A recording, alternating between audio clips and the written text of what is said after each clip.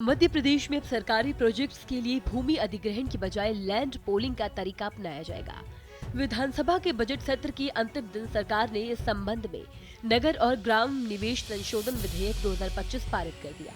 इसके तहत अब भूमि मालिकों को मुआवजा देने की बजाय 50% विकसित भूमि या भूखंड दिए जाएंगे।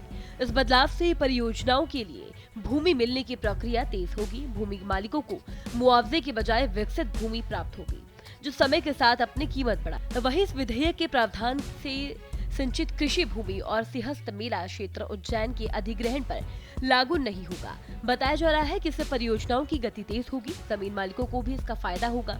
मध्य प्रदेश की मोहन सरकार ने गुजरात मॉडल को अपनाते हुए ये फैसला लिया, जिससे भूमि अधिग्रहण की प्रक्रिया में तेजी और पारदर्शिता सुनिश्चित की जाएगी। आइए अब जानते हैं कि इस कानून के तहत आखिर किस तरीके से भूमि का अधिग्रहण होगा और भूमि अधिग्रहण के बाद प्रशासन की तरफ से क्या कुछ मिलेगा। सरकार जमीन अधिग्रहण के बदले अब मुआवजा नहीं देगी। 50% विकसित भूमि या फिर भूखंड दिया जाएगा। गुजरात मॉडल के तहत भूमि का अधिग्रहण किया जाएगा। विशेष क्षेत्र विकास प्राधिकरण जैसी संस्थाओं का एकाधिकार में 40 हेक्टेयर से ज्यादा की जमीन के अधिग्रहण पर ही ये नियम लागू होगा। साथ ही 500 करोड़ रुपए से ज्यादा लागत वाले प्रोजेक्ट्स पर ही ये प्रावधान लागू होगा। वहीं सिंचित कृषि भूमि और सिंहस्थ मेला क्षेत्र उज्जैन को अधिग्रहण पर लागू नहीं किया जाएगा। वहीं सरकार के इस कानून का कांग्रेस विरोध कर रही है। कांग्रेस प्रदेश अध्यक्ष जीतू पटवारी ने सरकार के खिलाफ मोर्चा खोल दिया और किसानों की जमीन हड़पने का आरोप लगा डाला। आपको बता दें, इस कानून से विशेष क्षेत्र विकास प्राधिकरण यानी कि साडा जैसी संस्थाओं का एकाधिकार खत्म कर दिया जाएगा। अब सार्वजनिक इंफ्रास्ट्रक्चर हाउसिंग प्रोजेक्ट पर सभी सरकारी विभाग काम कर सकेंगे। हालांकि आपको बता दें, 500 करोड़ रुपए से अधिक लागत वाले प्रोजेक्ट पर यह कानून लागू नहीं होगा। इस कानून के तहत अब संबंधित प्राधिकरण को एक योजना तैयार करनी होगी और राज्य शासन से अनुमति लेनी होगी। माना जा रहा है कि अब भूमि अधिग्रहण की प्रक्रिया में तेजी आएगी।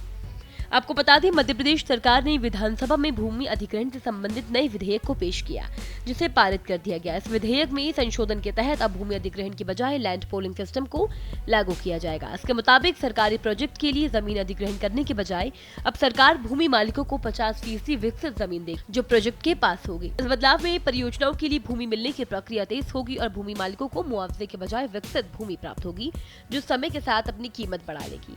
इस विधेयक के प्रावधान सिंचित कृषि भूमि और सिंहस्थ मेला क्षेत्र उज्जैन के प्राधिकरण पर लागू नहीं होगा।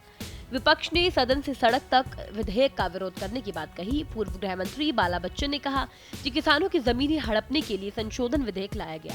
हमारी शंकाओं का समाधान नहीं हुआ तो सदन से सड़क तक विरोध होगा। वन क्षेत्र की 37 लाख हेक्टेयर जमीन सरकार लेना चाहती है। कांग्रेस विधायकों ने संशोधन विधेयक पर किसानों को नुकसान की आशंका जताई। निवेश के लिए किसानों की जमीन और निपौने दाम पर जबरन अधिग्रहण की आशंका जताई। इस पर मंत्री कैलाश विजयवर्गीय ने जवाब देते हुए कहा कि भू अर्जन पर मुआवजा नहीं, सीधे जमीन विकसित कर राशि दी जाएगी। विपक्ष गलत आशंका जाहिर कर रहा है। भू अर्जन छोटे मोटे निवेश के लिए नहीं होगा। भू अर्जन 40 हेक्टेयर से ज्यादा जमीन पर निवेश प्रस्ताव आने पर ही होगा।